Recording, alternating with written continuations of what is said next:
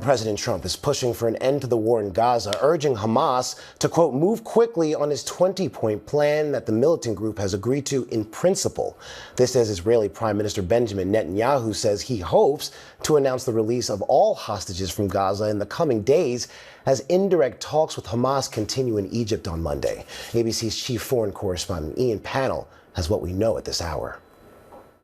Yeah, hi Ike. President Trump posting on Truth Social saying he appreciates Israel's temporary halt to the bombing in Gaza to give the deal a chance to be completed. And he's urging Hamas to move quickly or all bets will be off. He's also saying that he won't tolerate delay. The president really trying to press home the resolution to this conflict and the signing of a deal. And it's been a pretty stunning turn of events over the last 24 hours. It began with Hamas responding to President Trump's 20-point peace plan, saying they're ready to release all hostages in exchange for Palestinian prisoners, but interestingly making no mention of disbanding or disarming, as President Trump and Israel has been demanding. Despite the many doubts and unanswered questions, though, President Trump then calling on Israel to halt the bombing of Gaza, saying Hamas is ready for lasting peace.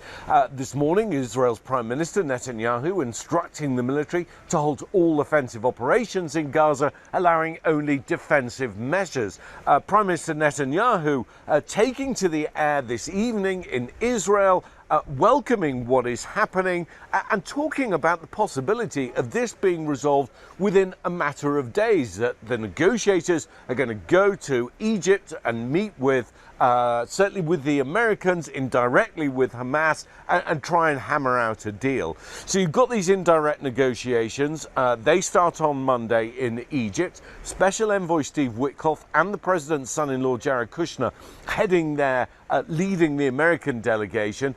It does still, though, remain to be seen whether President Trump's will alone can force the two sides into making the necessary concessions to end the suffering and death in Gaza and end the long nightmare for the hostages and their families. So much of this now hinges on what the American delegation does and how engaged President Trump remains.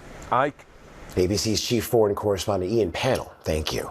And for more on this, let's bring in director of Realign for Palestine, an advocacy group for Palestinians, Ahmed Alkhatib. Ahmed, thank you for joining me now. What would Hamas agreeing to the deal put forth by the president mean for Gaza's future?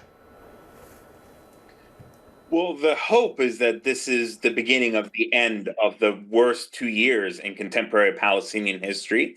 The hope is that this is going to go beyond just the release of hostages, which is an important and a critical step that I have certainly been calling for since the beginning. My concern is that Hamas has not been talking openly about the release, the kind of releasing Gaza as hostage. Hamas is holding Gazans as hostage to its nefarious intent to keep the armed resistance narrative going. Hamas wants to reign but not rule, which is actually a cheaper alternative for the group. The Palestinian people in Gaza, they are done with war. They are done with blockade. They want connectivity. They want jobs. They want rebuilding. They want hope and prosperity.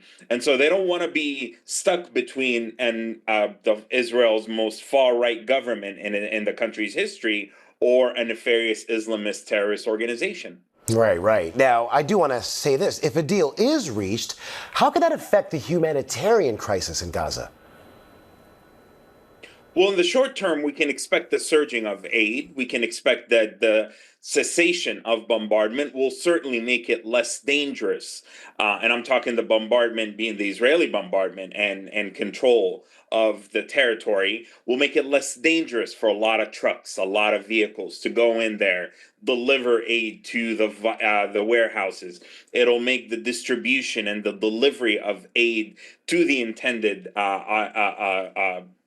civilians and recipients much more doable. However, there will still be the issue of the lack of electricity, no real clean water for a large number of civilians. The hospital and medical infrastructure has thoroughly been weakened, and that needs to be addressed through temporary capabilities and capacities.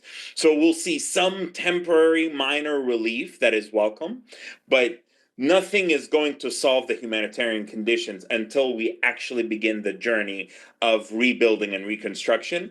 And that is clearly tied to Hamas surrendering its weapons, disengaging from governance in Gaza, and having some of its leadership depart the coastal enclave per the plan. Director of Realign for Palestine, Ahmed Alkhatib, thank you for that analysis.